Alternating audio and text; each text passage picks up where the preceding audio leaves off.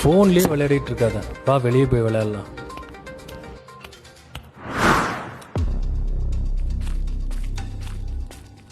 நான் போடுற பாலா முடிஞ்சாச்சு கட்டு.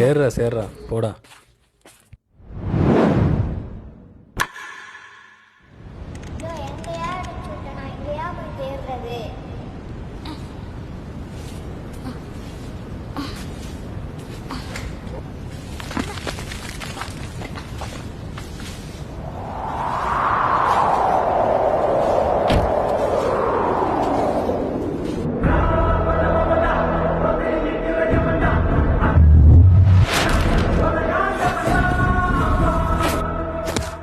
பால் போட பால் கடிச்சிருச்சு. வா வீட்டுக்கு போகலாம். இதுதான் அழகே இல்லை, பேசாம நான் வீட்டிலே இருந்திருப்பேன்.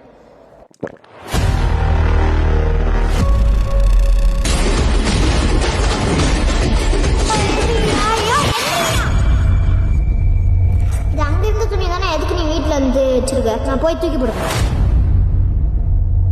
அது சாதாரண துணி இல்லடா, இந்த துணிக்கு பின்னாடி ஒரு வரலாறே இருக்கு. இது சாதாரண துணி இல்லடா, இந்த துணிக்கு பின்னாடி ஒரு வரலாறே இருக்கு. இத பத்தி ஒருத்தர் சொல்லுவாரு, வா நான் கூட்டிட்டு போறேன்.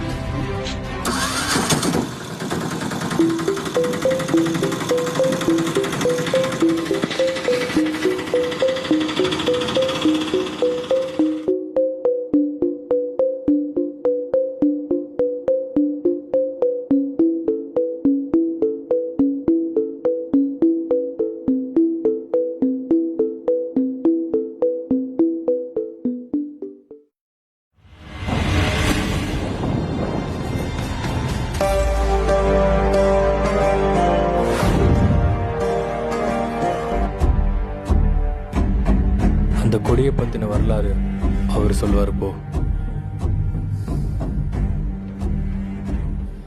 இந்த கொடிக்கு பின்னாடி என்ன இருக்கு?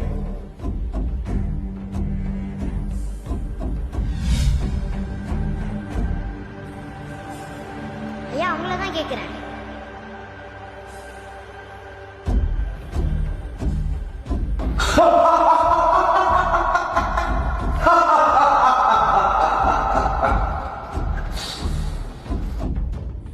வரலாறு படிச்ச 5 தலைவர் மத்தியில 6வது ஒருத்தர் கால வச்சார்.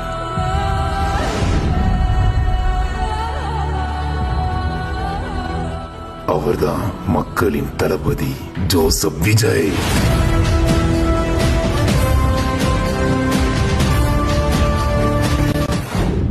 1990ல சினிமாவுல ஒரு சாதாரண ஹீரோவா வந்தார்.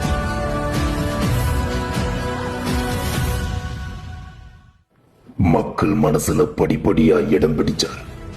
அவரோட படங்கள்ல ஏழைகளுக்காக பேசுற வசனம், அநியாயத்துக்கு எதிராக நிற்கிற காட்சி, இளைஞர்களுக்கு நம்பிக்கை தர்ற வார்த்தைகள், இது எல்லாம் ரசிகர்களை மட்டும் இல்ல, ஒரு கூட்டத்தை உருவாக்க ஆரம்பிச்சு.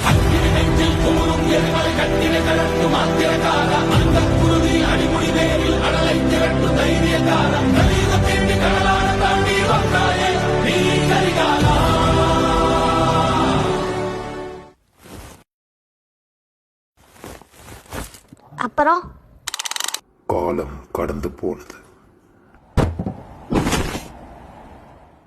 அந்த காலகட்டத்துல உறுதிய சக்தி இருந்தான்.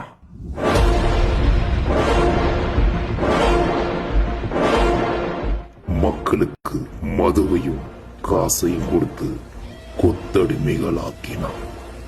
அவனோட அலட்சியமான அரசியல் கொலை, கொள்ளை, கற்பழிப்புன்னு அதிகமாகிட்டே போச்சு. அந்த நேரத்துல தான் நம்ம தளபதி அரசியல்ல காலடி எடுத்து வச்சாரு.